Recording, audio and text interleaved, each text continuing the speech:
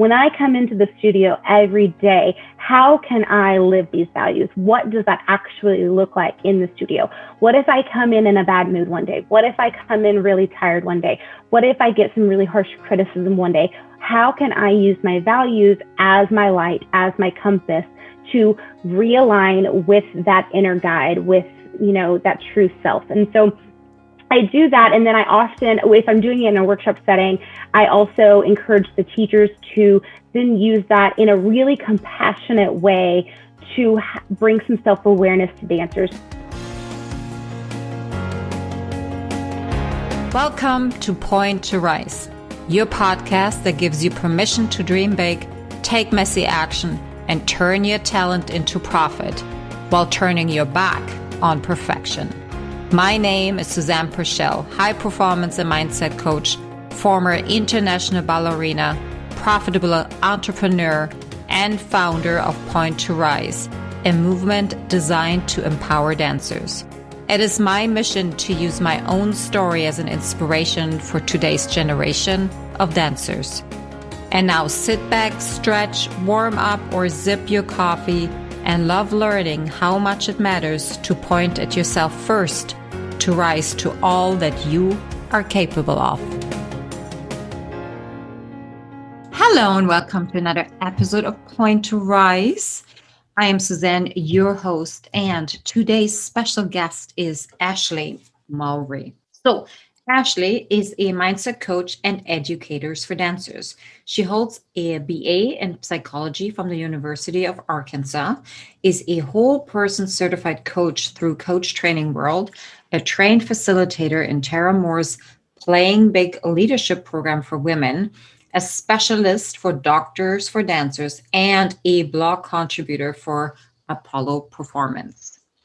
Ashley has recently joined the faculty for the upcoming Embody Dance Conference coming summer 2021 in Hartford, Connecticut, where she will lead workshops for all ages, including parents and teachers, on mindset tools. She's also a team member of Dance 360 and will be a contributor to their upcoming book.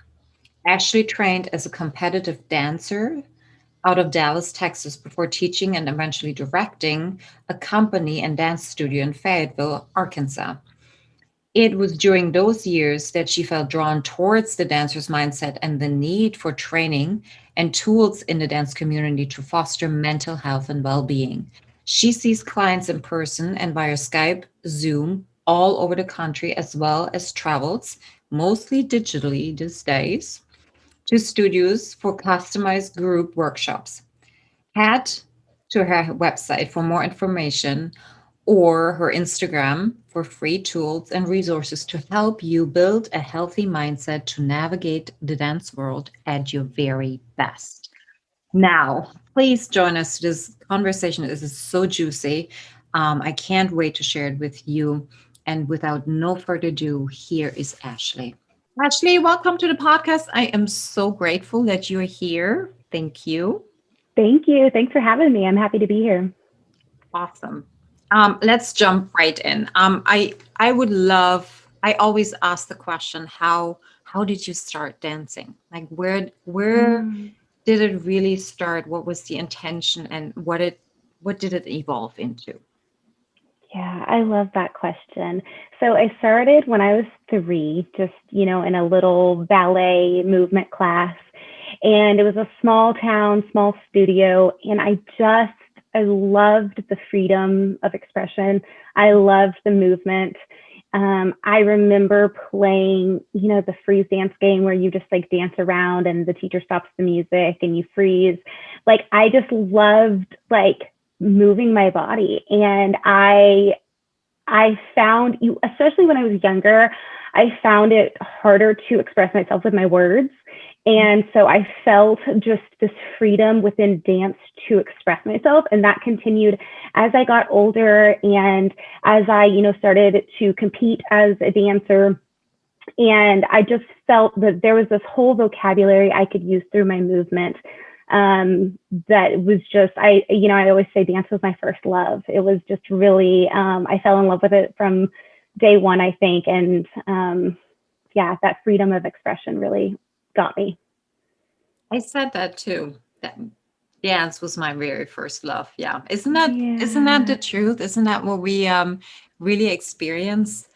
And that's why I think that's why most of us want to become that dancer. And it doesn't matter in what capacity, in competitive dancing, or you want to be part of a company, or you want to go travel the world. It definitely is that initiative draw. It's like God picked us. Okay, this is for you. And Yeah. you go do it. You Yes. do. Yeah. Yeah. Um, Absolutely. okay.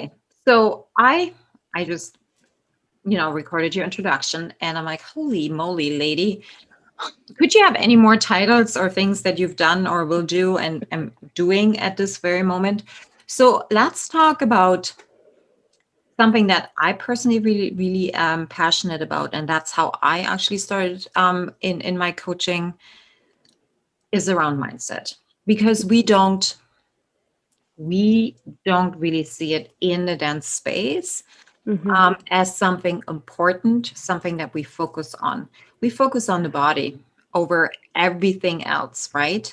Yeah. And not really taking into consideration that your soul and your mind and your spirituality, all of that are part of you, and they need just as much training, and actually maybe more than your Absolutely. actually body does, right? So walk us through how you actually, what's the journey, what's your journey, where was it birth? Yeah. So, I think like so many dancers, from a young age, there was a lot of perfectionist tendencies in me. I was very drawn towards perfection. The body image struggles started super young for me. And there was this constant want and desire for validation from my dance teachers and from awards. And being a competitive dancer can be really confusing when you're like competing against your peers every single weekend and literally being ranked and scored against them. And just by the time I got to high school, I had so much anxiety around it, and I was experiencing a lot of burnout, and I felt like I wasn't enough. And I felt, there was there's such this mentality of like, suck it up, get thicker skin, don't cry and dance, check your day at the door, all of these things that were so driven into me. And I just thought, what is wrong with me? There's something wrong with me. I'm not cut out for this.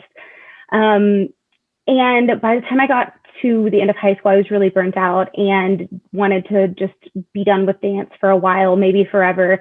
And so I went to college and I got my degree in psychology. And during my 4 years of undergrad, I really missed dance. And so I found a local dance studio where I went to college and I started teaching dance. And it was in those years that I fell in love with teaching. And I also noticed these same things coming up in my dancers. I was teaching and choreographing, and then ended up directing a competition dance company. And so I started noticing these things, and the perfectionism, the body image, the fixed mindset, the just the fear that can be so paralyzing. And so I started looking around, and I just couldn't find anything for dancers. I just kept thinking, why is there not something for dancers? Why is there not talked about more? Where are the resources? Where's the education? How can I help? And so I decided to, start to do something about it. So that was back in 2015. I became a trained facilitator with life coach and author Tara Moore's Playing Big method. And so I went through her training program, and I initially just planned to use this method with my own dancers. I just wanted to, introduce it into the studio and with my dancers and help them. And that's how it started. And then over the next several years, it kind of grew and I used it more. And then it was really when one of my students, she wanted to, her dream was to become Miss America. And I didn't have any pageant experience. I didn't have any knowledge of pageants, but she said, can you help me clean my dance? Can we, work on it? And so I said, sure. So we started working together, and I saw these same things come up in her. this mindset that just wasn't in a healthy place. And so we spent our time together cleaning her dance and working on her mindset. And I just saw firsthand the difference that it made. And just Miss America Week, I saw how, even with all the stress, even with all this pressure, she was able to navigate that and really keep a healthy mindset, really check her comparisons. And she ended up winning Miss America 2017, and she did. And that, I just remember after that, I was like, okay, so this is needed. This is needed. There is, if Miss America needs these things, I think a lot of other dancers out there do. And so let's see if we can turn this into something. So over the next year, that seed just kind of grew in my mind of how can I turn this into a business. And so since then, I switched gears and stopped teaching completely, and now do mindset coaching for dancers exclusively. And I've also gotten a couple more certifications since then as well for coaching, and just continue to work with dancers one-on-one and through workshops to deliver these skills and this mindset education. Beautiful. Can we get into perfectionism? I actually just talked on a podcast about that, but I talked about it from my personal journey. Yeah. As in, that it actually hindered me to be a great dancer. It hindered me to step into my full potential because I was always afraid not being enough. Yeah. And so when we're looking at the dance scene and it's consistent ask for perfection, and please correct me if I'm wrong, I'm just going to share my personal, perhaps, termination of what I feel perfectionism in the performing arts, in ballet, in dance really looks like. Absolutely. Perfection is, you can't grow. Mm-hmm. There's nothing after. It's that chasing for the title, the chasing of the performance. Everything has to be perfect. There is no room to breathe. No fluidity. Is that a word? I don't know. Mm-hmm. You can't move really within that box that you're in. And I feel that it is actually in the way. No, I don't feel. I know now that it's actually in the way for people to live in their higher power, to actually really tap into their entire potential, because that perfectionism acts as I would say like an anchor, almost, that keeps you where perhaps the industry wants you to stand, almost to be afraid of shining your true light in the spotlight. So why do you think this is? Why do you think the industry is demanding and asking for perfectionism? That's a great question. And we can brainstorm on that. It's not. I would love to brainstorm and to have some discussion around it. My first initial thoughts are, I think there is a long historical tradition of it. And I think that's a big factor in it. I think specifically in ballet, where we see perfectionists a lot, but we see it in all areas, I think. But ballet is so specific and it's so disciplined. And there's sometimes not a lot of wiggle room in ballet, right? If you're doing certain technical elements and technical steps, there is a right way and there is a wrong way. And I think that black and white can breed that perfectionism. And so I think that there is just a long history of that being the norm, and that being the ideal. I also think it's been a bit glamorized, this perfection. And I also think Instagram and social media in general has not perpetuated it more in the competition sphere, because you have these younger dancers who are getting famous on social media, wonderful dancers, and I am all for dancers having a platform and sharing their art and sharing their work. I think the problem comes when there is such an emphasis on these perfect pictures that go on social media and the likes that they get and the comments that they get. And that, I think that fuels this mindset of, oh, my picture doesn't look like their picture, I'm never going to be enough. They're perfect. I'm not. And so I think those are some contributing factors that I see, but I would love to hear your thoughts too. Oh, you brought something so good up, and I want to get into that social media part of, needing to be seen and exposure, and what kind of exposure we're. Can we help me remember that, because it's such an important topic? Okay, okay. So when we're asking for somebody to be perfect, to be, doing it exactly how we are telling them to do it, Mm-hmm. we're taking away their individuality. We're Yeah. taking away the actual beauty of that person, their Mm-hmm. core. Mm-hmm. So, and we're asking people to be perfect because we are fearful that what we're going to show isn't enough, Yes, right? So when we're absolutely. looking at ballet and its history, if we're looking at the arts as a whole, the arts has always felt they don't really have a place to belong. They don't really Yeah. fit in. And this is why they're nonprofits. This is why they're chasing money. That's why they're spending Mm-hmm. 30% of their budgets on fundraising activity that could actually, be put somewhere else. And I believe that perfectionism, or asking everybody to be perfect, is a survival mode, Mm-hmm. I agree. right? Like, Yes. because we're not, and I'm saying we as the industry, doesn't really see its value and its worth Yes. within in the parameters of the world, let's say, right? But I think it Yeah. would be so easily be fixed if they would actually be able to say, hey, this is who we are.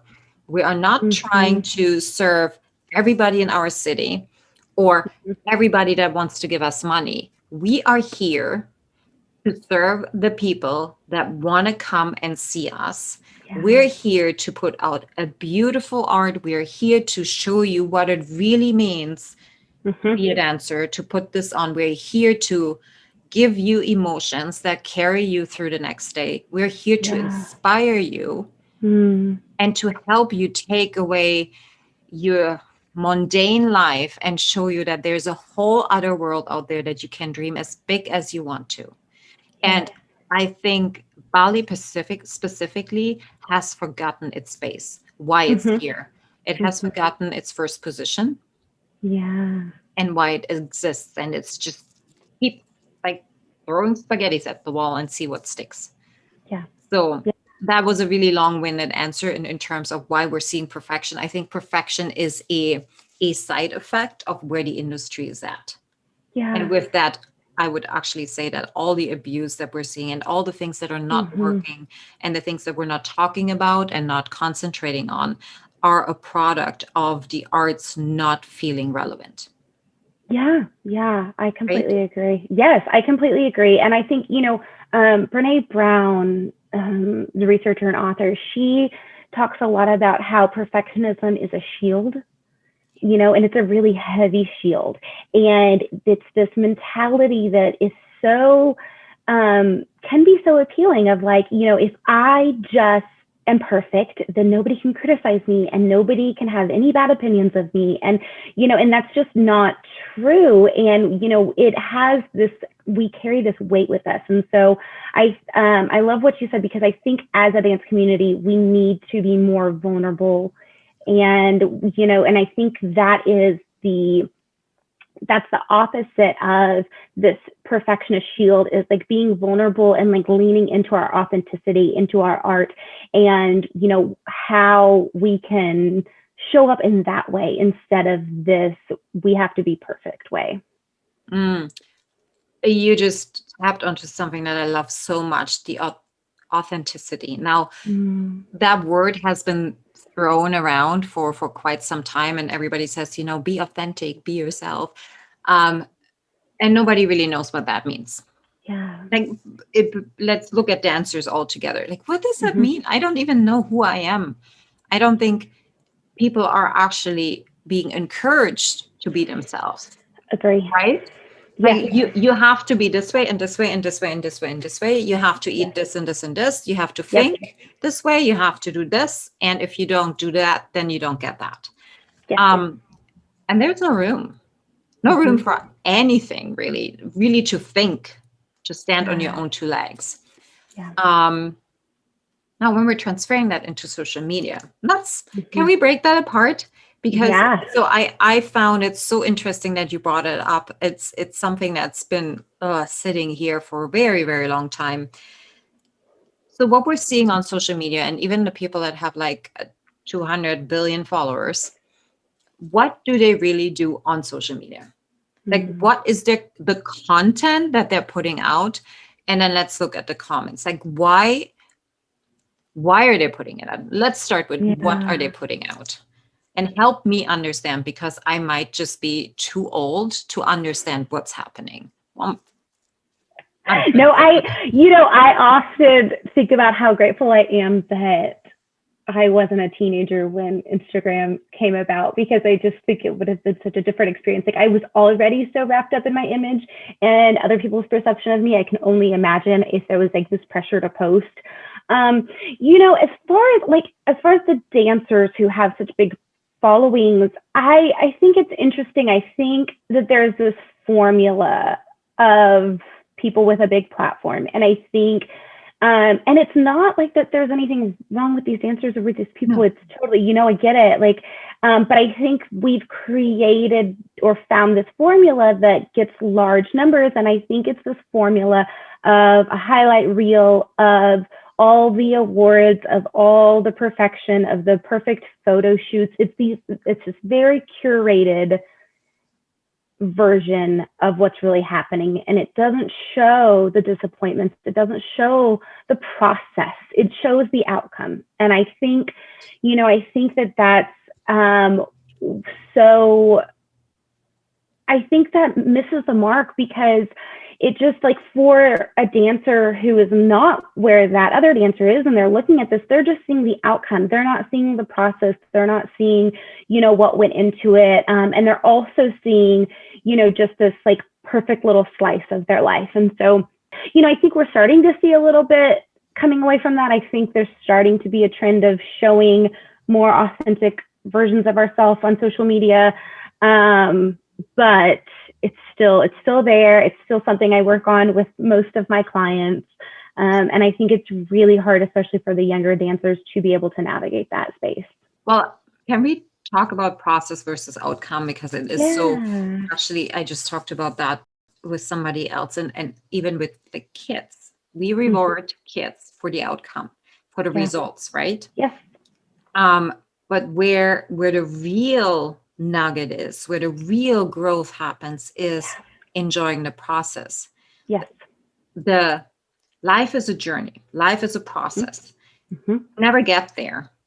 And when I first heard that, I'm like, gosh, like, why am I actually starting if I don't get there?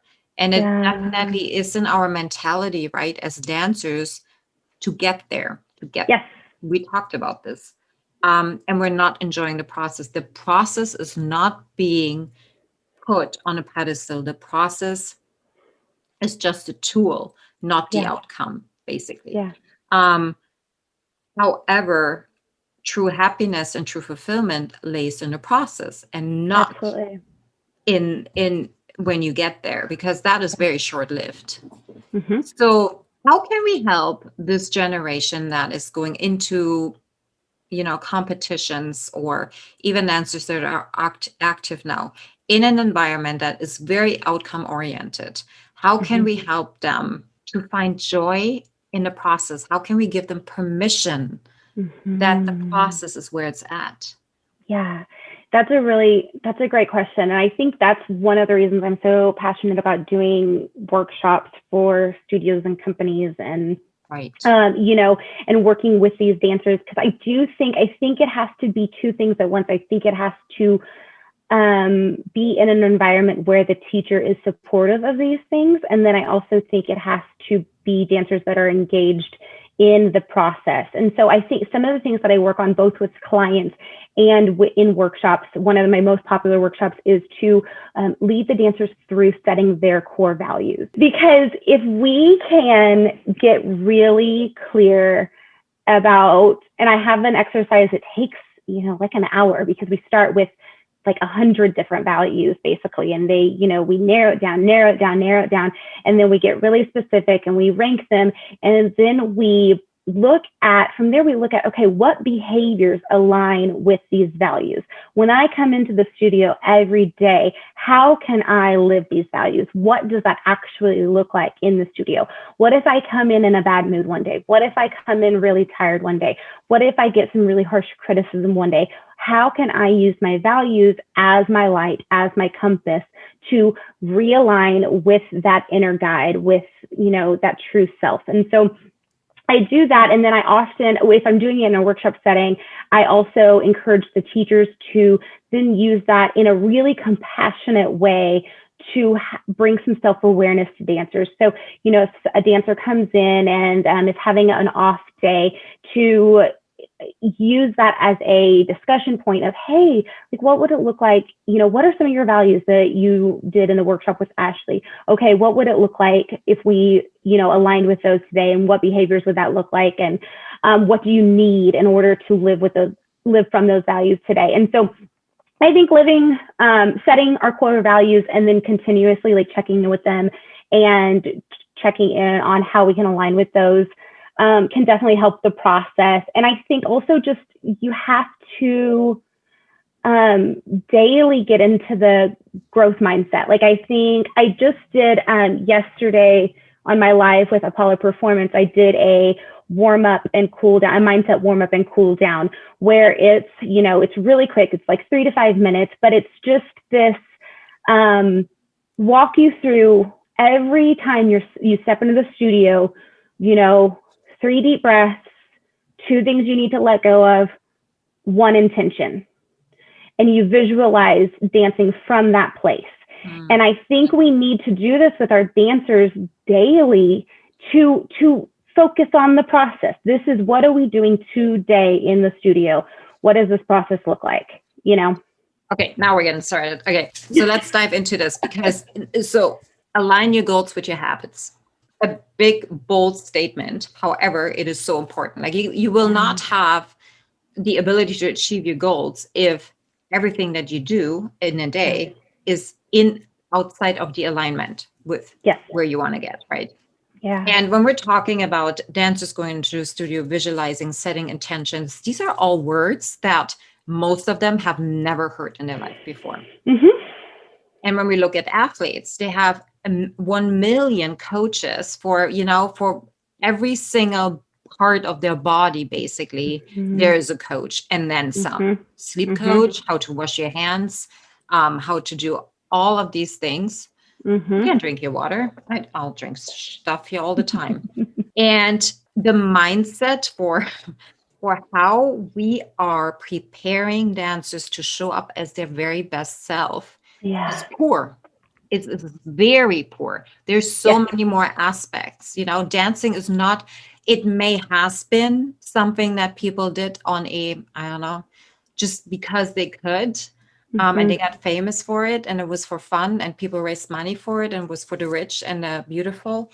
But it has evolved into an institution in today's world. And therefore we need to treat it. I heard a really lovely quote this morning. It was, if you treat yourself or your business as a hobby, you're going to get paid as a hobby. One of the reasons why the arts are still so behind in how to earn money is because they're treating themselves as, part of something, a hobby. This is why dancers are paid as a hobby.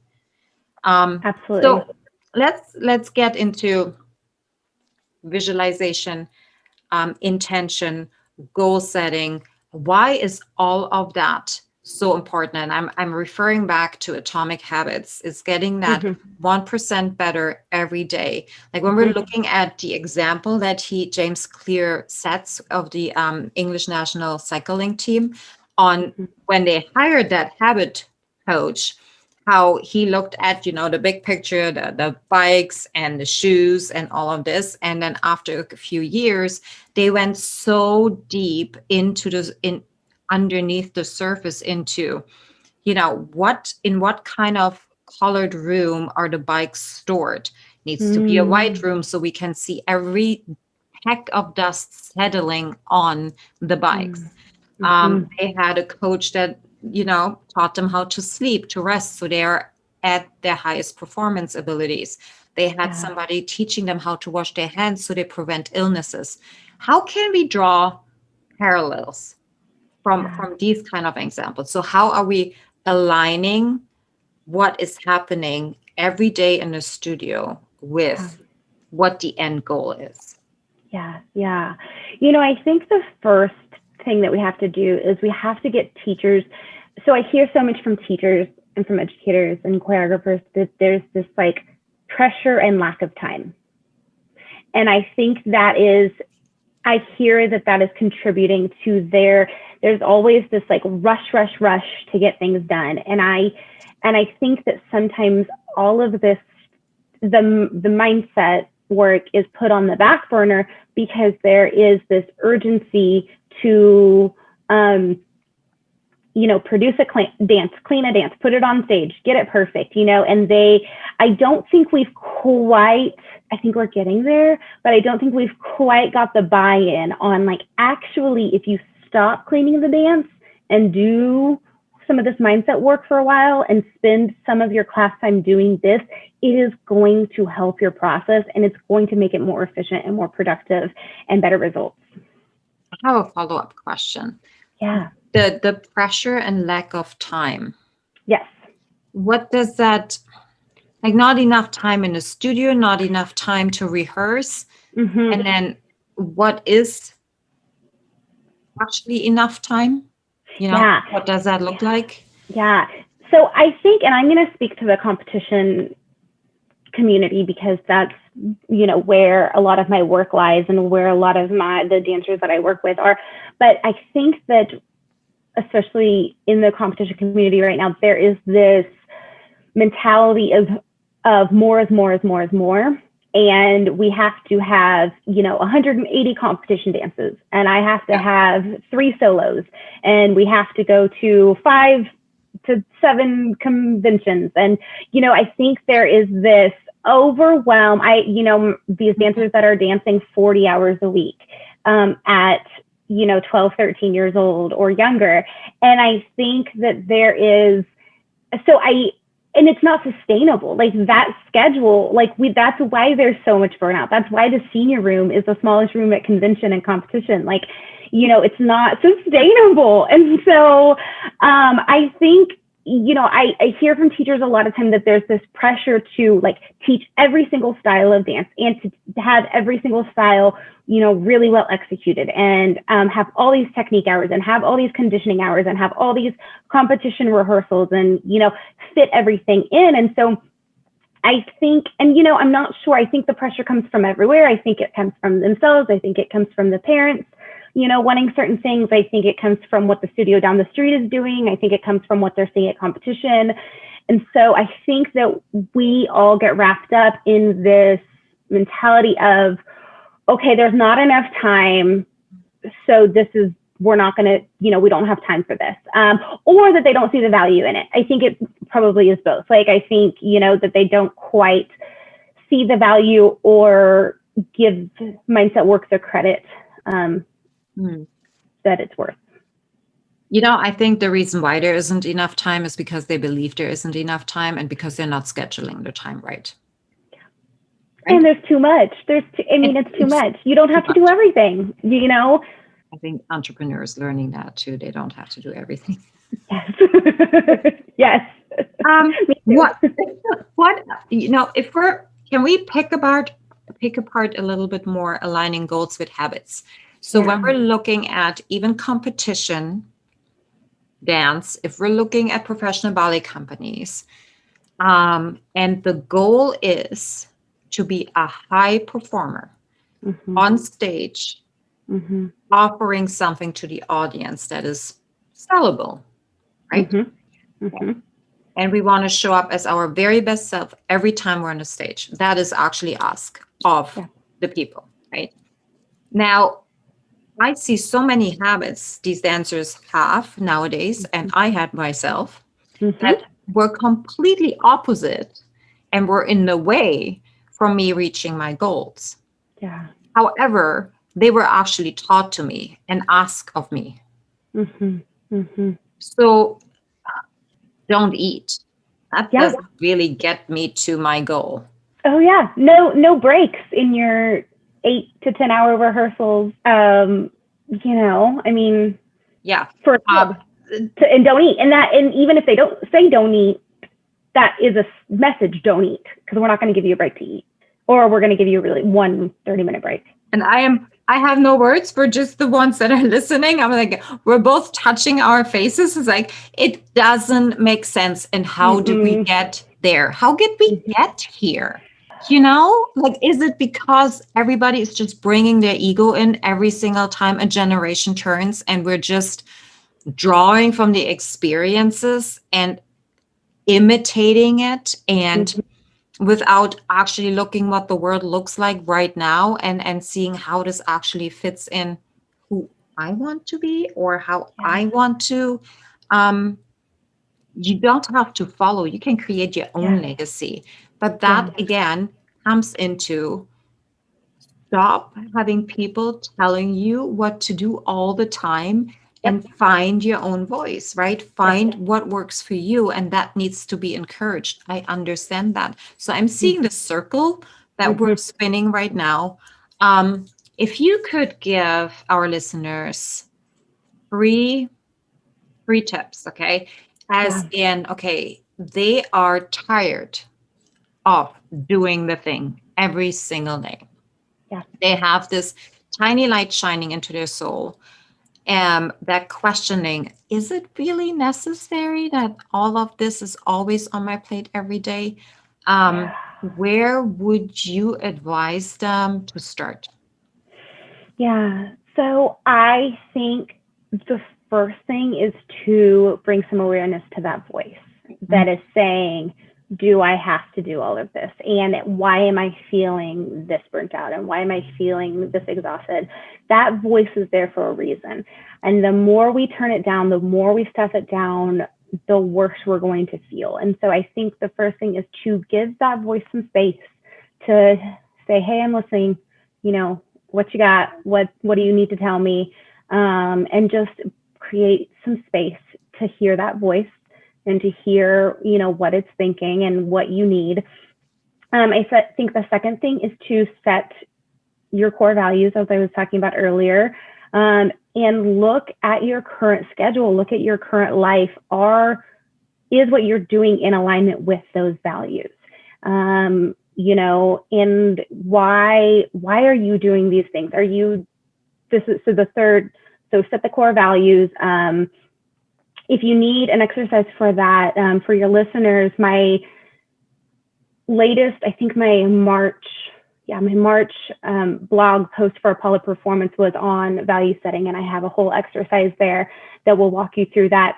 And then I think the third thing is looking at your why. Why are you doing the things that you're doing? Is this because this is what your teachers did? Is this because this is what social media tells you should do? Is this because you see other studios who are winning doing these things, so you feel like you have to do those? What is your why? Or what's leading your way? Like, is it your ego that's leading right now instead of, your true authentic voice? And how can we shift into your authentic voice? And I think that starts with getting really clear about your values, not the values that you think you should have, not the values, you think the parents at your studio want you to have, but your true values. And then looking at, is what you're doing in alignment with that, and what your why is.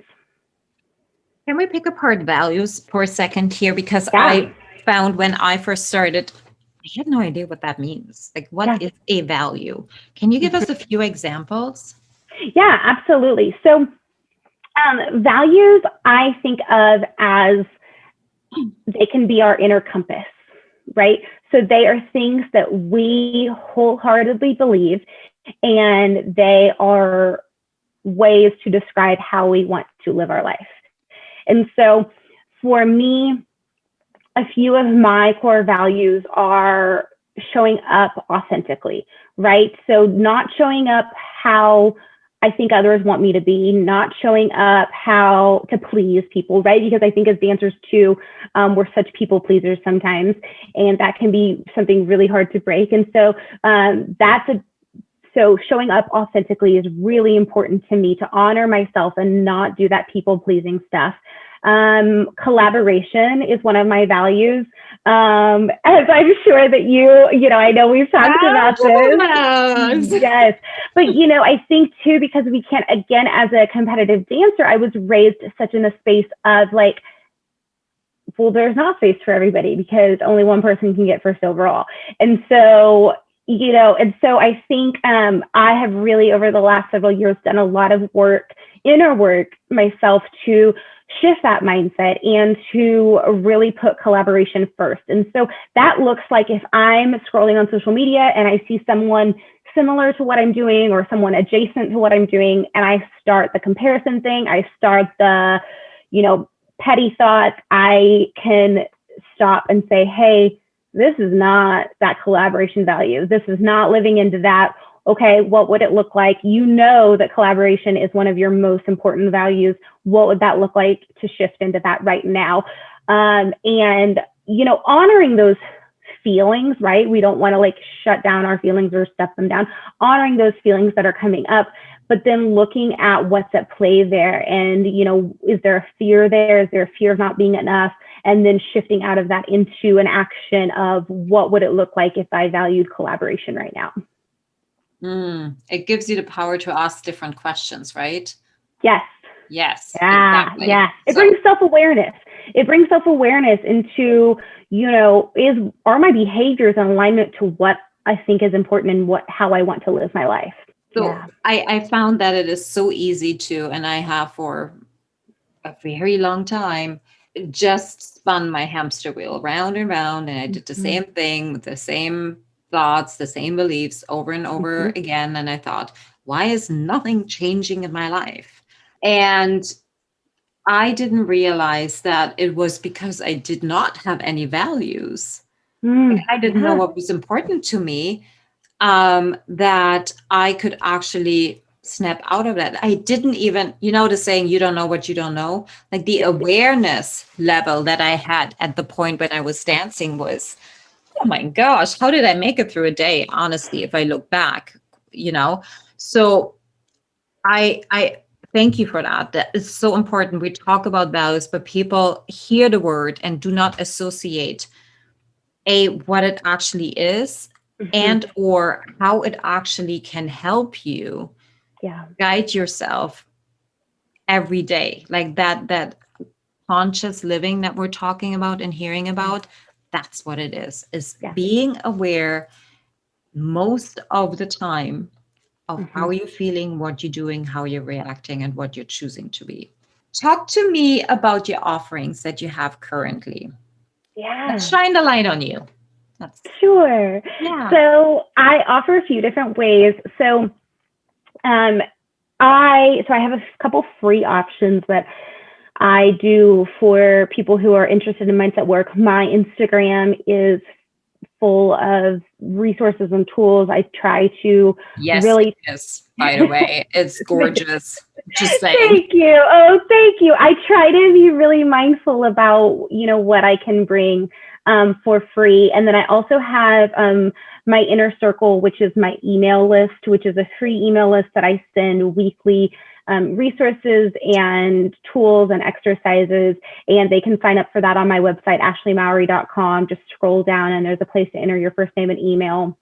And then I do one-on-one coaching with dancers. And so that's all virtual right now. So, wherever you are in the world, I can work with you. And we hop on Zoom and work. I start everybody out on a 6-session package. I found that that's a really great number to see, some progress. And then from there, most of my dancers transition into monthly sessions, either once or twice a month. I also do offer a one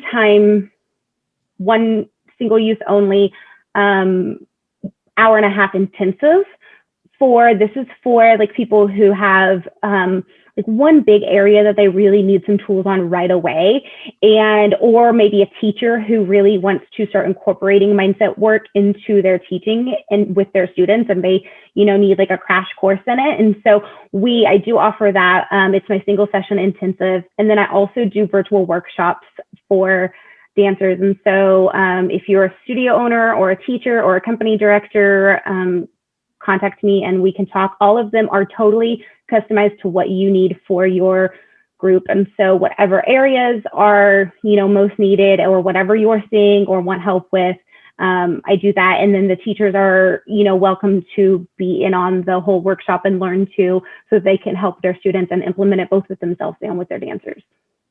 Beautiful. Thank you for that. And all of that is linked in the show notes of this episode. Let me ask you that question. Do you find that sometimes teachers and or dancers don't actually really know what they need until they start working with you? Yes, I do. Yes, I do. And that's why I try to occasionally have different posts or emails about.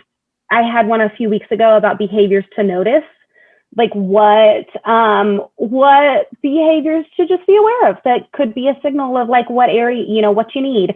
I also do, so if a client is under 18, my first communication is with parent or guardian. And so basically they just tell me, the parent or guardian tells me what they're seeing, and I help them like, okay, so that's perfectionism, that's inner critic, that's, this, they could use some values here, and so we talk through, what part of mindset coaching would be helpful to them. And then my first session with every client, I do a bulk of the session is we do it together, but they're answering obviously, but a coaching self-assessment where I have 10 statements that they rank. And that gives us a really clear picture of where they are. So, things like I feel like my anxiety and nerves are holding me back from performing at my best, or, and they rank that. And so I have 10 of those that look at all different areas of the dancer's life and all different, different mindset skills that could be needed. And then we use that as a jumping off point. Beautiful. I love it. Yeah. Okay. Last question. And then you're off the hook. This has been great. With what you know now, all the knowledge that you've gathered so far, if you look back at your 16-year-old self, what would you tell her? Oh, I just got goosebumps because there's so much. I would tell her, you are enough and you're not broken and this isn't you. And it also, there's so many tools and exercises and skills and things that are out there to help you, but you are enough. I love it. Jim Rohn, he was, I think, one of the, he was Tony Robbins' teacher. Mm-hmm. And he said psychology is for everybody. Yeah. And I think Bob Proctor, like that whole area, he was just on a podcast at Lewis House, and he was actually talking about that. Yeah. Psychology is for everybody. And quite honestly, psychology and true psychology is mindset work. It's very simple. Yep. And it's not rocket science, and you don't need to have a doctor. You don't need a degree to understand it. It is what nowadays will make you or give you the capability to draw out your full potential. Self-development, mindset work is not learning something new. Yes. It's unlearning. Yes. Yeah. All the heavy stuff that's really keeping you from showing up as your very best self. Yeah. Ashley, thank you so much for this. Thank you for having me. This was so wonderful. Thank you for what you're doing in the world. It is so needed. And I can't wait what our collaboration is going to look like. Yes, me too. Me too. This was wonderful. Thank you so much for having me. You betcha. Thank you so much. Thanks for tuning in, you all. Don't forget not forget us. Don't forget to tag us with your biggest takeaway. Wow, I'm tongue-tied now. tag us with your biggest takeaway and share what you want to hear more of. And till next time, bye. Bye. Thank you so much for listening. If this message resonates with you, please pass it on to someone who needs to hear this right now. And if you like what you've heard, your feedback will go a very long way. If you just take 30 seconds and leave me a 5-star review, that would mean the world to me. Till next time, point at yourself to rise to all that you are capable of.